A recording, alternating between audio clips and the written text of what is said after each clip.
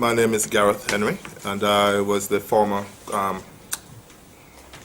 co-chair for the Jamaica Forum for Lesbians, Homosexuals and Gays between 2004 and up until 2008, after which I had to flee to Canada to seek refugee protection there.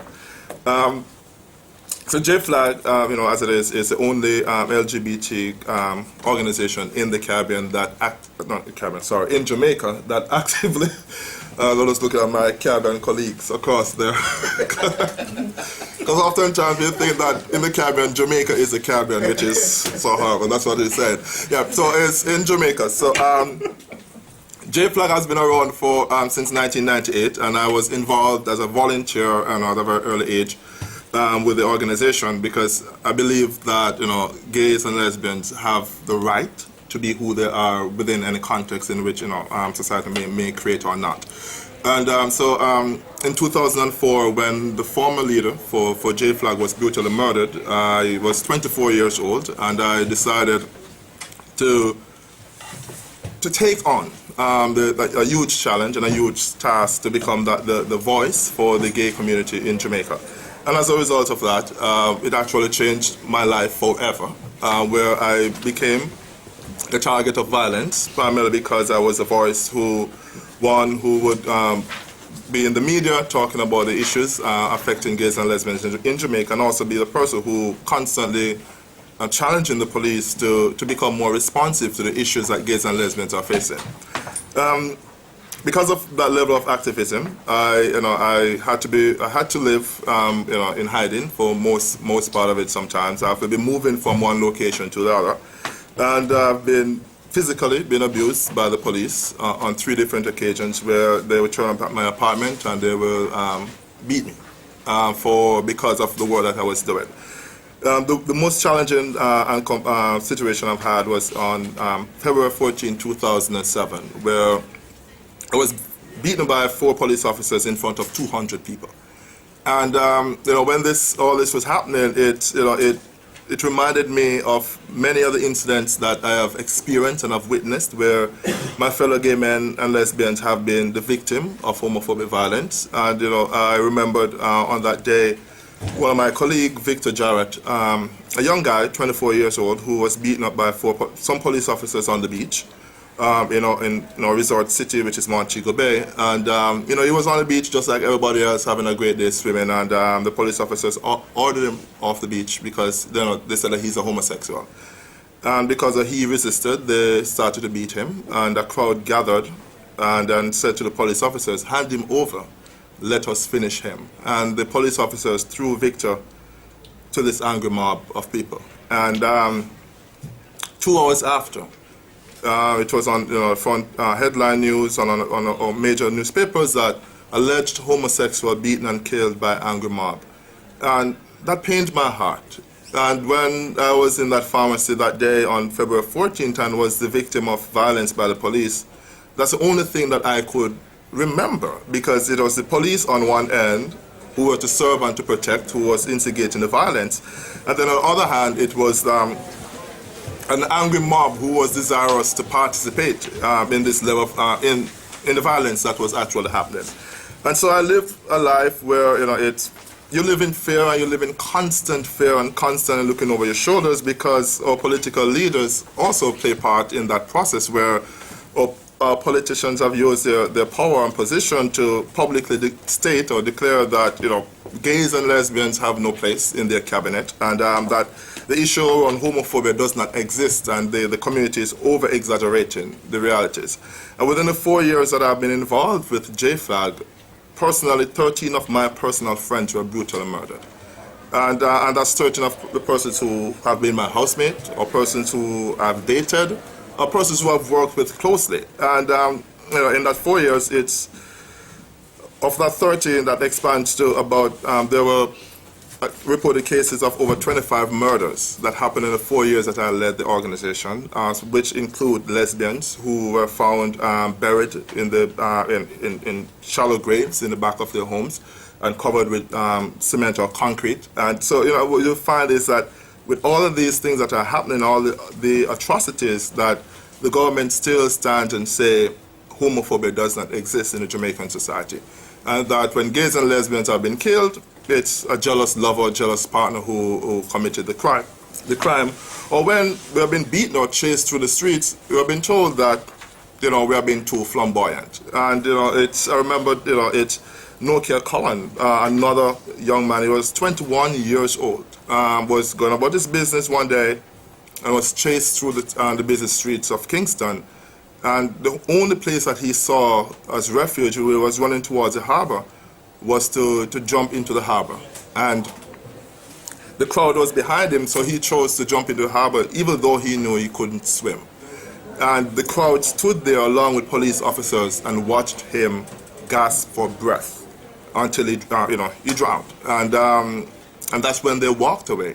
And one police officer did make a statement, saying on radio, the first interview was that, he didn't know that this would have happened, and it was wrong what actually took place, and that the crowd, the mob who chased Nokia through the streets, should be brought to justice. The next day, the police commissioner, they retracted that statement to say, they can't say of a fact that Nokia was chased to his death because he was a homosexual. So when you live in that kind of a context and that kind of an environment where, it seems hopeless. Right now in Jamaica, there, in Kingston, in the capital, there's over 60 gay men, young gay men, who are living on the streets, living with HIV, because again, they're not able to access services. They've been chased from one spot on the street to the next, and they have no sense of hope.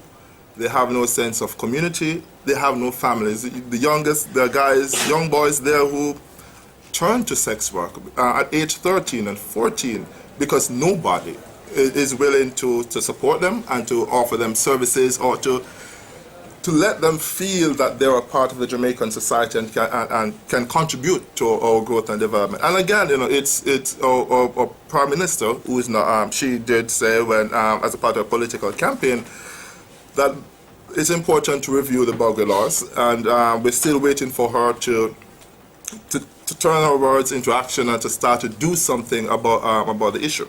And so when you find that in operating in that context where you feel that sense of hopelessness and you're voiceless, it's sad, it's depressing, and for me personally, it's important to be able to work with organizations and groups to support the cause and to support what needs to happen basically on the ground. Because of my work and my activism, when I fled to Canada in 2008, my mother too had to seek asylum in Canada because she is a supportive mother. And so you find she could no longer go to church and feel comfortable because her church brothers and sisters would point fingers to say, oh, her son is a gay guy, her son is a J-flag leader, and the list goes on. And it's not right.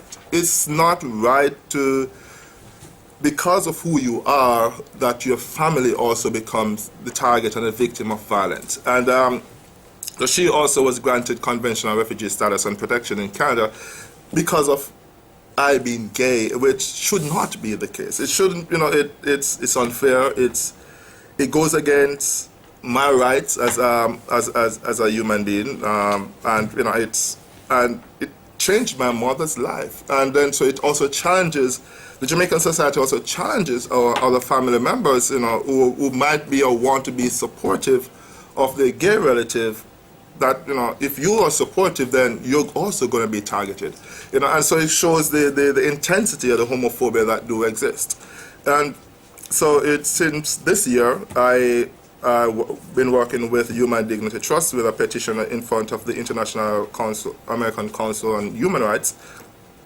And as a result of that, and I did some interviews recently, my sister now lives in Canada because, again, of being an activist, speaking out, challenging an unfair and unjust system.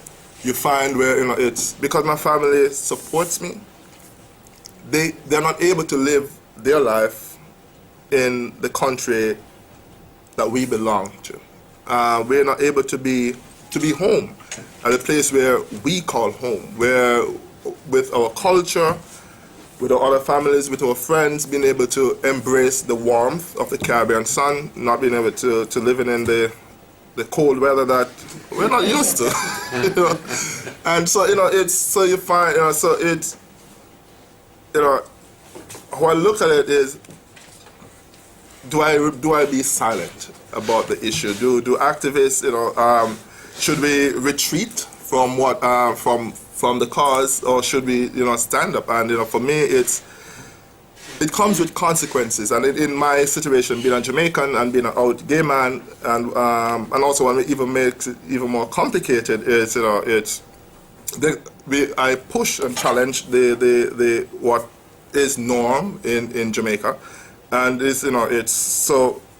Now that I live in Canada and able to embrace the freedoms there that exist in the society, I also choose to get married to my same-sex partner, which again, my sister was at my wedding, and she's also been further ridiculed because of my activism.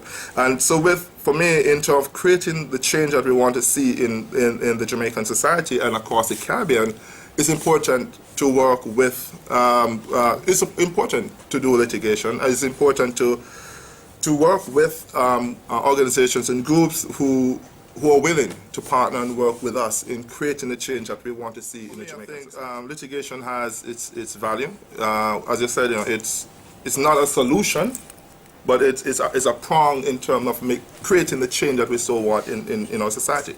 It might be seen as deemed to be adversarial because, you know, again, it's coming from, for those who see it in that light, or for those who do not want to see progressive change.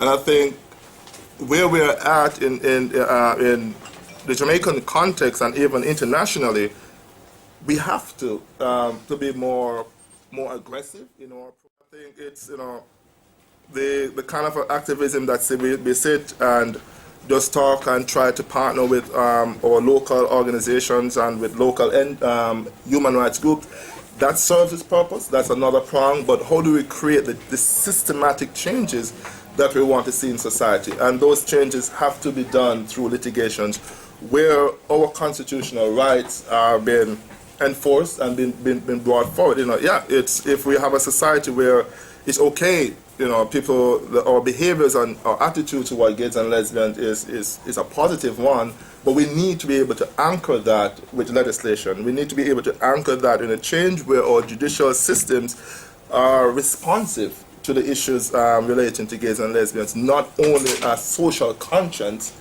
that allow for you know, the coexistence of gays and heterosexuals, but it needs to be broad-based, and it needs to be there something that I want to see it in black and white.